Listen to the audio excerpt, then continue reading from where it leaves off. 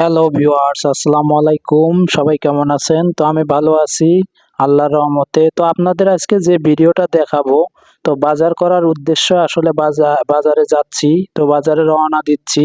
তো আপনারা অবশ্যই সুন্দরভাবে মনোযোগ সহকারে এই ভিডিওটা দেখবেন। নিশ্চয়ই আপনাদের ভালো লাগবে। তো আজকে ঢাকার যে বর্তমান বাজার ব্যবস্থা এবং নিত্য প্রয়োজনীয় যে পণ্যগুলো, তো এগুলো নিয়ে আসলে একটা ভিডিও করার মনে স্থির করলাম। এজন্য মূলত কিন্তু বাজারে যাওয়ার জন্য কিন্তু বের হইছি। তো অবশ্যই এই ভিডিওটার সাথে থাকবেন, পূর্ণাঙ্গ ভিডিওটা দেখবেন।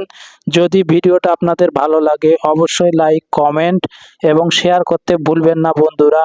তো চলে আসছিলাম বাজারে, তো বাজারের উদ্দেশ্যে রওনা। তো বাজারে আসলাম, দেখেন এই যে দেখেন শাকসবজি। তো শাকসবজির দাম বর্তমান কিন্তু অনেকটাই কম, যেহেতু আসলে শীতকালীন সবজি এগুলা। তো এই সবজিগুলোর দাম কিন্তু বর্তমান অনেক কম। তো এই শাকের দাম কিন্তু মোটামুটি অনেক কম। তারপরে এই দেখেন এগুলো হচ্ছে মিষ্টি কুমড়া। তো মিষ্টি কুমড়া, মিষ্টি লাউ যেটাকে আমরা বলি, তো এগুলোর দাম কিন্তু অনেকটাই কম, কেজি ধরা বিক্রি হয়।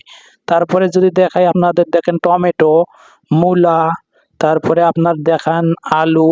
তো এগুলোর দাম বর্তমান কিন্তু অনেকটাই কম। তো আলু, টমেটো, মূলা এগুলোর দাম কিন্তু অনেকটাই কমে গেছে শীতকালীন সবজি হিসাবে।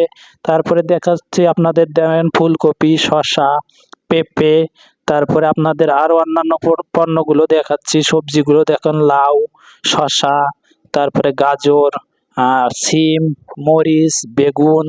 তো এই সমস্ত জিনিসগুলোর দাম কিন্তু বর্তমান অনেকটাই কম, যেহেতু শীতকালীন সবজি। এই শীতকালীন সবজিগুলো বর্তমান অনেক দাম। ফলমূলের দাম কিন্তু অনেক চড়া, দেখেন আপেল, কমলা, আঙ্গুর এগুলোর দাম কিন্তু অনেক বেশি। তো আসলে শীতকালে কিন্তু এই ফলমূলের দাম কিন্তু মোটামুটি অনেকটাই বেশি। আপেল মোটামুটি 280 টাকা, 320 টাকা কেজি। আঙ্গুর মোটামুটি অনেক দাম। এবার মুরগির বাজারে আমি চলে গেলাম। তো মুরগির দাম কিন্তু বর্তমান অনেক চড়া। তো সবজির দাম কম হলে হবে কি, মুরগির দাম কিন্তু বর্তমান চড়া, দিনে দিনে কিন্তু দাম বৃদ্ধি পাচ্ছে।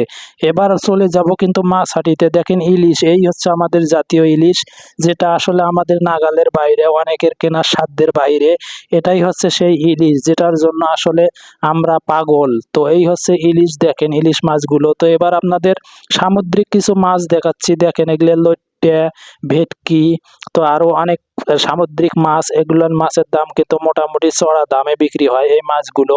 তো এরপরে দেখাচ্ছি আমাদের দেশীয় মাছ, বিদেশি মাছ, যেগুলো রুই, কাতল, মৃগেল। এই মাছগুলোর দাম কিন্তু অনেকটাই বেশি। দেখেন ব্যারিকেড মাছ আপনাদের দেখাচ্ছি, ব্যারিকেডের দামও কিন্তু মোটামুটি অনেকটা চড়া। তো আসলে মাছের দাম কিন্তু আসলে কমতেছে না, যে অনুযায়ী আসলে আমাদের চাহিদা।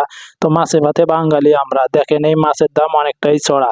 তারপরে যদি আপনাদের দেখাই, দেখেন কার্পু, তারপরে আসলে রুই মাছ, তারপরে দেখেন পাঙ্গাস সহকারে অনেক প্রজাতির মাছ কিন্তু এই বাজারে। তো দেখেন অনেক সুন্দর সুন্দর এবং বড় বড় কিন্তু মাছ।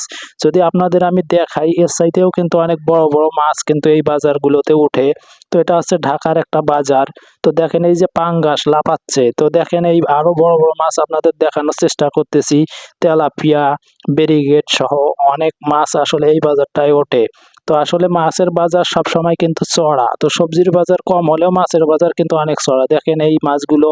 তো দেখেন অনেক সুন্দর সুন্দর মাছ।